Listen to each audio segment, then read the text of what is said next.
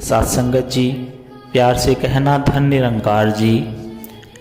स्वागत है आप सभी का हमारे YouTube चैनल सोना इंस्पायर विचार पर। इस वीडियो की शुरुआत करने से पहले दास आपसे हाथ जोड़कर एक भावपूर्ण निवेदन करना चाहता है। हमारा उद्देश्य आपके जीवन में सकारात्मक शांति और प्रेरणा का संचार करना है। हर रोज़ हम आपके लिए एक नई प्रेरणादायक वीडियो लाते हैं। इन वीडियो के माध्यम से हम आपके जीवन में आत्मविश्वास, शांति और प्रेम का संदेश पहुंचाना चाहते हैं। आपसे निवेदन है, कृपया हमारे चैनल को सब्सक्राइब करें और नोटिफिकेशन को ऑन करना न भूलें, जिससे कि आप किसी भी अनमोल साखी, सत्संग या संदेश से वंचित ना रहे। आज की हमारी कहानी का विषय है सत्संग की महिमा, जिसका भाग नंबर 2 है। सत्संगत जी, बहुत समय पहले की बात है। एक छोटे से गांव में रामलाल नाम का एक गरीब किसान रहता था। वह बहुत मेहनती था, लेकिन जीवन में हमेशा परेशानियों से घिरा रहता था। उसकी फसल खराब हो जाती थी, घर में गरीबी का माहौल बना रहता और उनका मन हमेशा चिंता में भरा रहता था। एक दिन गांव में एक प्रसिद्ध संत का आगमन हुआ। पूरा गांव उनके प्रवचन सुनने के लिए एकत्रित हुआ। रामलाल भी वहां गया, लेकिन उसका मन संशय से भरा हुआ था। उसने सोचा, क्या सत्संग में सच में जीवन बदला जा सकता है? संत ने प्रवचन के दौरान एक सुंदर कहानी सुनाई, जो इस प्रकार थी। एक कच्चा घड़ा और एक पक्का घड़ा नदी में बह रहे थे। कच्चा घड़ा डर से कांप रहा था, लेकिन पक्का घड़ा निडर था। कच्चे घड़े ने पूछा, भैया तुम डर क्यों रहे हो? कच्चे घड़े ने पूछा, भैया तुम डर क्यों नहीं रहे हो? पक्के घड़े ने उत्तर दिया, क्योंकि मैं अग्नि में तप चुका हूँ, अब पानी मुझे तोड़ नहीं सकता। इस तरह जब मनुष्य सत्संग और सद्गुरु के मार्गदर्शन में तपता है, तो जीवन की परेशानियों उसे हिला नहीं सकती। रामलाल को यह कहानी बहुत अच्छी लगी। उसने सोचा कि उसे भी सत्संग का हिस्सा बनना चाहिए। अगले कुछ दिनों तक वह संत के प्रवचनों में जाता रहा। धीरे धीरे उसका दृष्टिकोण बदलने लगा।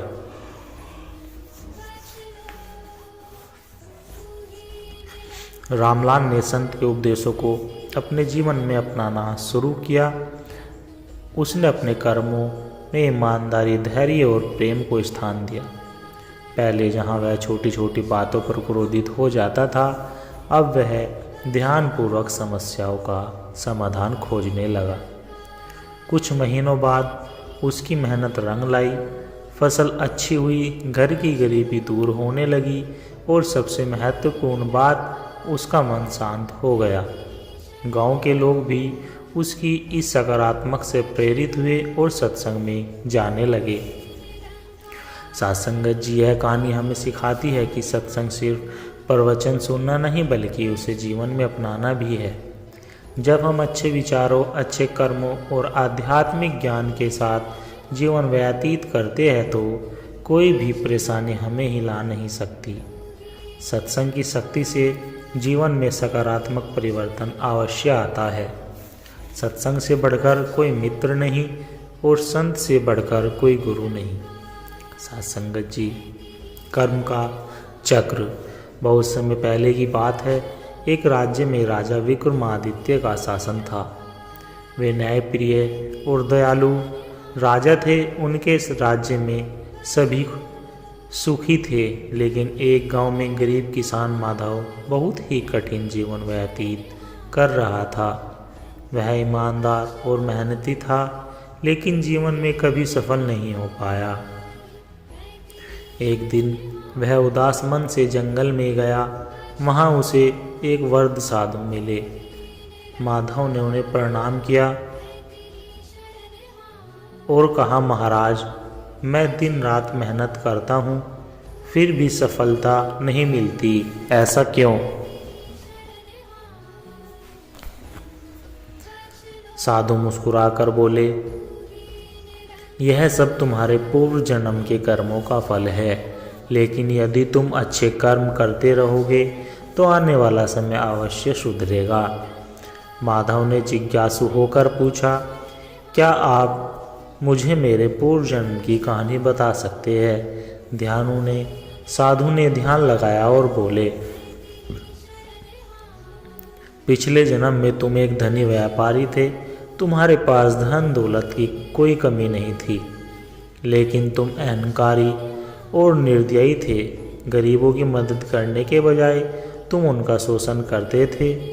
एक दिन एक भूखा ब्राह्मण तुमसे भोजन मांगने आया, लेकिन तुमने उसे अपमानित कर भगा दिया। उसी दिन तुम्हारे व्यापार में भारी नुकसान हुआ और कुछ समय बाद तुम्हारी मृत्यु हो गई। अपने बुरे कर्मों के कारण इस जन्म में तुम गरीब किसान बने हो, लेकिन यदि इस जन्म में तुम अच्छे कर्म करोगे तो दयालु बनोगे और किसी का दिल नहीं दुखाओगे तो अगला जन्म सुखद होगा।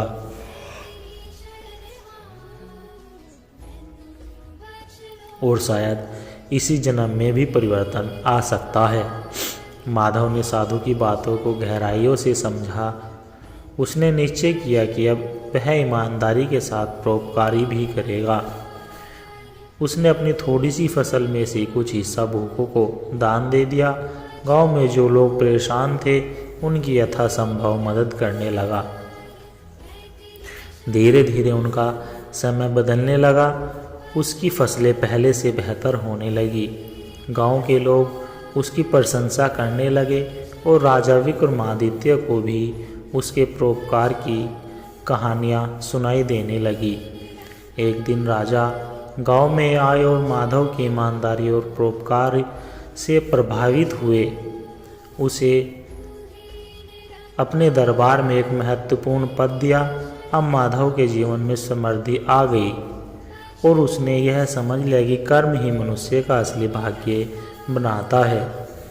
सात्संगत जिस कहानी से हमें यह शिक्षा मिलती है कि हमारे जीवन में जो भी अच्छा या बुरा होता है वह हमारे कर्म का ही फल होता है, लेकिन यदि हम सच्चे मन से अच्छे कर्म करें तो भाग्य को बदला जा सकता है। कर्म का चक्र घूमता रहता है, लेकिन जो सच्चे मन से अच्छे कर्म करता है वह अवश्य सुख प्राप्त करता है।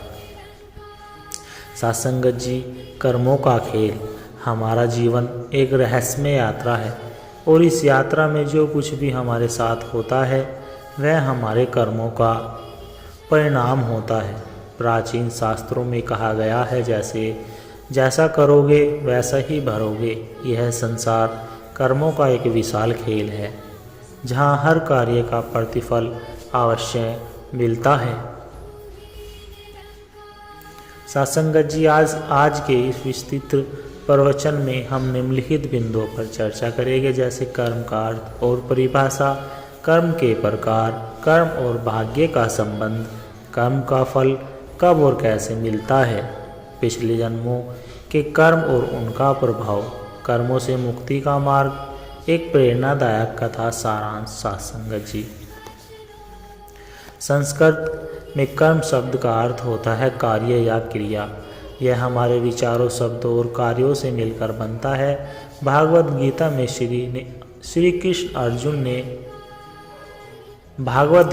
श्री कृष्ण ने अर्जुन से कहा था,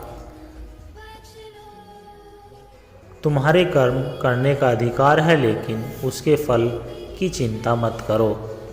इसका तात्पर्य यह है कि कर्म ही हमारे जीवन का आधार है और जो भी हम करते हैं उसका प्रभाव हमारे जीवन पर अवश्य पड़ता है।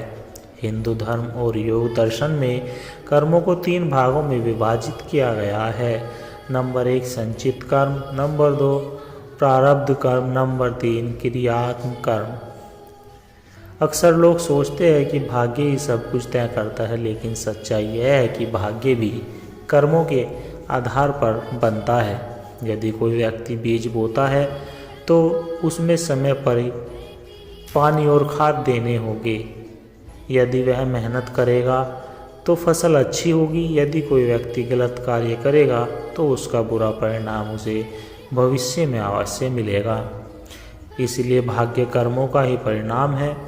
हम आज भी जो कुछ भी है वह हमारे पुराने कर्मों का परिणाम है, और हम जो आज करेंगे वह भविष्य का भाग्य बनाएंगे। कई बार लोग यह सवाल पूछते हैं कि मैंने अच्छे कर्म किए फिर भी मुझे कष्ट क्यों मिल रहा है, या बुरे लोगों को सुख मिल रहा है। इसका उत्तर यह है कि कर्मों का फल, जैसे ही हम कोई कर्म करते हैं उसका परिणाम तुरंत मिल जाता है। यदि कोई आग में हाथ डालता है तो वह तुरंत जल जाएगा। कुछ कर्मों का फल कुछ समय बाद मिलता है। जैसे यदि कोई किसान बीज बोता है तो उसे फसल के लिए कुछ समय इंतजार करना पड़ता है। कुछ कर्मों का फल अगले जन्म में मिलता है। जैसे यदि किसी को जन्म से ही कष्ट या सौभाग्य प्राप्त हुआ है, वह पिछले कर्मों का ही फल हो सकता है। हिंदू धर्म में पूर्ण जन्म और कर्म का गहरा संबंध बताया गया है। यदि कोई व्यक्ति पिछले जन्म में अच्छे कर्म करता है तो उसे इस जन्म में अच्छे अवसर मिलते हैं। जैसे यदि कोई व्यक्ति पिछले जन्म में एक दयालु राजा था तो हो सकता है कि इस जन्म में वह एक सम्मानित नेता बने। यदि कोई व्यक्ति पिछले जन्म में लालची और क्रूर था तो हो सकता है कि इस जन्म में उसे गरीबी या कष्ट सहन करने पड़ सके। इसलिए हमेशा अच्छे कर्म का चयन करना चाहिए ताकि भविष्य का जीवन सुखद हो।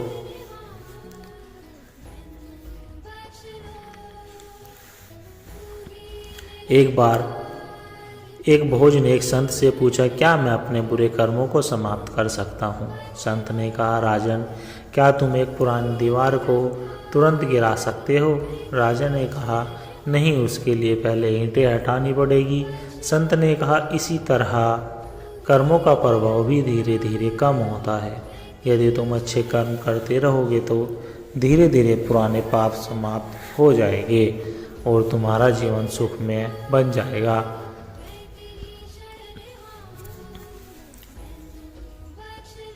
संगत जी, सत्संग विचार आत्मा की शुद्धि का मार्ग। सत्संग का अर्थ है सज्जनों की संगति, यानी यह उन लोगों के साथ रहना जो सत्य, धर्म और ईश्वर की ओर ले जाते हैं। सत्संग न केवल हमारे विचारों को शुद्ध करता है बल्कि हमारे जीवन को भी एक नई दिशा देता है। प्राचीन ग्रंथों में कहा गया है, सत्संगति किम न करोति पुषांग में, अर्थात सत्संग मनुष्य के जीवन में सब कुछ अच्छा कर सकता है। संस्कृत में सत का अर्थ होता है सत्य, ईश्वर, धर्म, और संग का अर्थ होता है संगति, साथ या जुड़ाव। इस प्रकार सत्संग का अर्थ हुआ सत्य, धर्म और ईश्वर की संगति। सत्संग केवल किसी गुरु के प्रवचन सुनना ही नहीं बल्कि अपने मन, विचार और कर्मों को भी शुद्ध करना है। जब हम ईश्वर के भक्तों, संतों और ज्ञानियों की संगति में रहते हैं तो हमारा मन भी उनके जैसा ही बनने लगता है। जब हम संतों, गुरुजनों या ज्ञानी पुरुषों के साथ बैठते हैं और उनके विचारों को सुनते हैं, जब हम गीता, रामायण, उपनिषद या अन्य धार्मिक ग्रंथों का अध्ययन करते हैं, जब हम ईश्वर के भक्तों से मिलते हैं, उनके साथ भजन कीर्तन करते हैं और उनकी सेवा करते हैं, जब हम अपने भीतर झांक कर आत्ममंथन करते हैं और सत्य को पहचानते हैं। जैसे जल में सत्संग का प्रभाव मन की शुद्धि, जैसे जल में गंगा मिलने से पवित्र हो जाता है, वैसे ही जब हम सत्संग में बैठते हैं तो हमारे विचार भी पवित्र हो जाते हैं। हमारे अंदर से बुरे विचार, क्रोध, अहंकार, ईर्ष्या और द्वेष समाप्त होने लगते हैं। सत्संग हमें यह सिखाता है कि जीवन में आने वाले दुख और सुख दोनों ही क्षणिक है। यह हमें सिखाता है कि सकारात्मक रहना ही जीवन की सच्ची विजय है। सत्संग हमें आत्मज्ञान, आत्मा, परमात्मा और जीवन के उद्देश्यों के बारे में सिखाता है। हम समझ पाते कि हम यह शरीर नहीं बल्कि एक आत्मा है जो ईश्वर का अंश है। गीता में श्री कृष्ण कहते हैं, सत्संग से विवेक जागृत होता है, विवेक से मोक्ष की प्राप्ति होती है। सत्संग हमें यह सिखाता है कि हमारे कर्म ही हमारे भाग्य को बनाते हैं। यदि हम अच्छे कर्म करेंगे तो हमारा भविष्य भी अच्छा होगा। सत्संग भक्ति की पहली सीढ़ी है। भक्ति के बिना जीवन अधूरा है। संत तुलसीदास ने कहा है, बिनु सत्संग विवेक न हुई, अर्थात सत्संग के बिना विवेक नहीं जागता। सत्संग में जाने से हमारे अंदर ईश्वर के प्रति प्रेम और श्रद्धा जागृत होती है। धीरे धीरे हमारा मन सांसारिक विषयों से हटकर भगवान की ओर आकर्षित होने लगता है।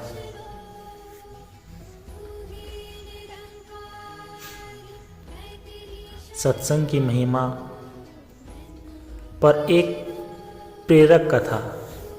सासंगत जी, एक बार राजा जनक ने घोषणा की कि जो भी उन्हें आत्मज्ञान देगा वे उसे अपना गुरु बना लेगी। कई विद्वान आए लेकिन कोई भी उन्हें संतुष्ट नहीं कर सका। तभी अष्टावक्र ऋषि आए। वे शारीरिक रूप से विकृत थे लेकिन आत्मज्ञान से परिपूर्ण थे। दरबार में बैठे पंडित उनकी विकृति आकृति देखकर हंसने लगे। अष्टावक्र ने राजा जनक से कहा, राजन, ये लोग विद्वान नहीं हैं, ये केवल शरीर को देख सकते हैं, आत्मा को नहीं। यह आत्मज्ञान कैसे देंगे? राजा जनक समझ गए कि अष्टावक्र सच्चे ज्ञानी हैं। उन्होंने उनसे आत्मज्ञान मांगा। अष्टावक्र ने कहा, राजन, सत्संग ही सबसे बड़ा ज्ञान है। जब तक मनुष्य संतों की संगति नहीं करेगा तब तक उसका मन सांसारिक बंधनों में उलझा रहेगा, लेकिन जैसे ही वह सत्संग में आएगा उसकी आत्मा को शांति और मोक्ष का मार्ग मिलेगा। राजा जनक ने सत्संग का मार्ग अपनाया और परम ज्ञानी बन गए। सत्संग जी, सत्संग से प्राप्त होने वाले लाभ कुछ इस प्रकार है, जैसे मन की शांति। सत्संग से मन का अशांत स्वरूप समाप्त हो जाता है। जैसे आत्मा की शुद्धि, बुरे विचारों से छुटकारा मिलता है। आत्मज्ञान, हम अपने असली स्वरूप का ज्ञान होता है। सद्गुणों की वृद्धि, अहंकार, क्रोध, लोभ, मोह से बचाव होता है। मोक्ष की प्राप्ति, जीवन का अंतिम लक्ष्य ईश्वर की प्राप्ति है। सत्संग जीवन को अंधकार से प्रकाश की ओर ले जाता है। यह हमें सिखाता है कि सच्चा सुख केवल बाहरी भौतिक वस्तुओं में नहीं बल्कि आत्मा की शुद्धि और ईश्वर की भक्ति में है। श्रीमद् भागवत गीता में कहा गया है, सत्संग से बढ़कर कोई तीर्थ नहीं और संतों से बढ़कर कोई मूर्त नहीं। इसलिए हमें जीवन में सत्संग को अपनाना चाहिए और सदैव सत्कर्मों के मार्ग पर चलना चाहिए। यह हमारे जीवन की सच्ची सफलता है। सत्संग करो, मन को पवित्र करो और ईश्वर की भक्ति में लीन हो जाओ। यही जीवन का सबसे बड़ा धन है। सच्चे ज्ञान की खोज। सासंगत जी, प्राचीन काल में विद्रोह नाम का एक प्रसिद्ध स्मर्द राज्य था। इस राज्य में राजा महाराजा शिवानंद बहुत ही न्यायपूर्वक और बुद्धिमान शासक थे। उनके राज्य में प्रजा सुखी थी, धन धान्य की कोई कमी नहीं थी। लेकिन स्वयं राजा के मन में एक अजीब सी बेचैनी थी। राजा अक्सर सोचते, मैं धन, वैभव और ज्ञान को प्राप्त कर लिया, लेकिन मुझे अब भी सच्ची शांति क्यों नहीं मिली है।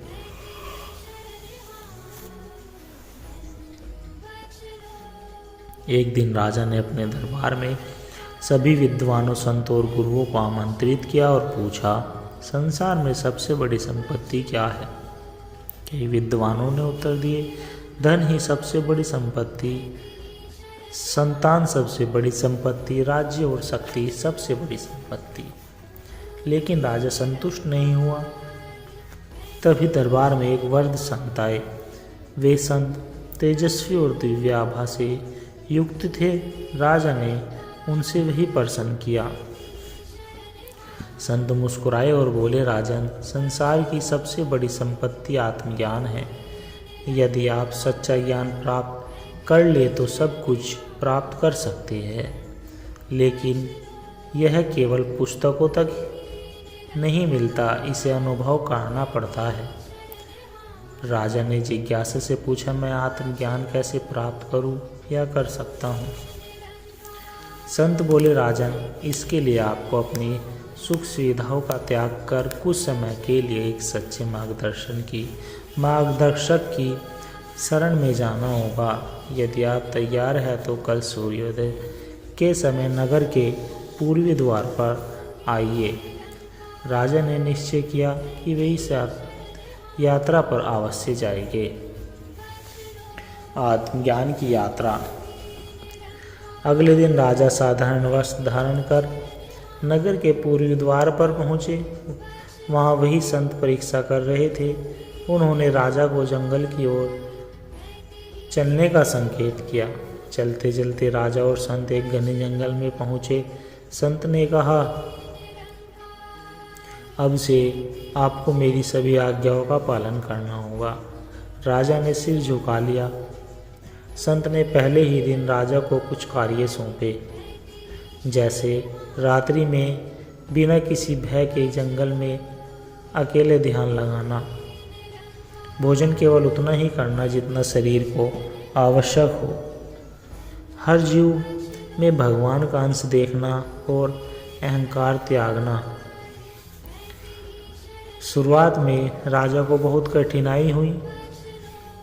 कभी भूख सताती, कभी अंधेरा जंगल में डर लगता, कभी अपने महल और सुख सुविधाओं की याद आती। लेकिन संत ने उन्हें धैर्य रखने को कहा। धीरे धीरे राजा का मन शांत होने लगा। अब वे जंगल में हर पेड़, हर पशु पक्षी में भी जीवन का सौंदर्य देखने लगे। एक दिन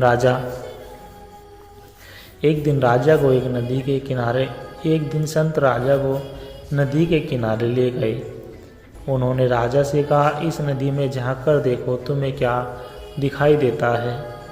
राजा बोले, मुझे अपनी ही छवि दिखाई दे रही है। संत ने राजा को कुछ कंकड़ पानी में डालने को कहा। जब राजा ने ऐसा किया तो पानी में लहरें उठी और उनकी छवि धुंधली हो गई। संत बोले, राजन, जब तक मन में अहंकार रूपी हलचल रहती है तब तक आत्मा का वास्तविक स्वरूप स्पष्ट नहीं दिखाई देता। जैसे ही मन शांत होता है वैसे ही आत्मज्ञान प्रकट होता है। राजा को पहली बार अपने अंदर के भ्रम का अनुभव हुआ। उन्होंने महसूस किया कि वे अब तक बाहरी वैभव में उलझे हुए थे, लेकिन असली सुख तो मन की शांति में है। कुछ सालों तक राजा ने संत के मार्गदर्शन में साधना की। एक दिन ध्यान में बैठे बैठे उन्होंने एक दिव्य अनुभूति हुई। उन्हें एहसास हुआ कि मैं यह शरीर नहीं। मैं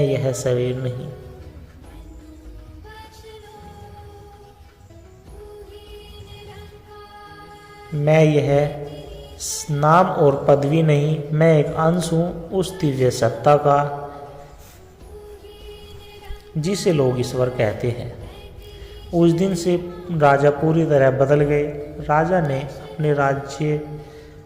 वे अपने राज्य लौटे तो पहले की तरह सत्ता और ऐश्वर्य का मोह था।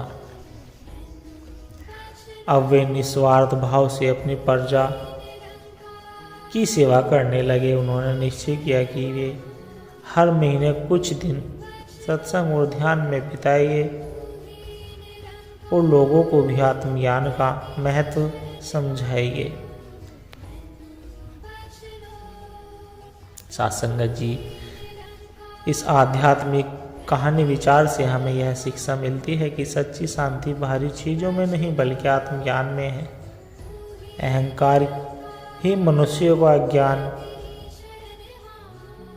के अंधकार में रखता है। संत और गुरुओं का सानिध्य हमें सच्चा मार्ग दिखाता है।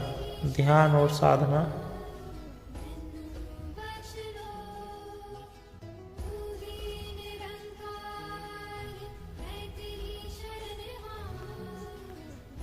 सत्संगत जी, आप जी को अगर दास के द्वारा कहे गए आध्यात्मिक सत्संग विचार, कहानी विचार पसंद आए हो तो लाइक कमेंट शेयर ज़रूर करें और हमारे चैनल को सब्सक्राइब कर दें और दास को आशीर्वाद दें कि आप जी के चरणों में हर रोज़ ऐसे ही विचार, सुंदर विचार, पंक्तियाँ, कहानी विचार लेकर आता रहूं। सत्संगत जी प्यार से कहना, धन्य निरंकार जी।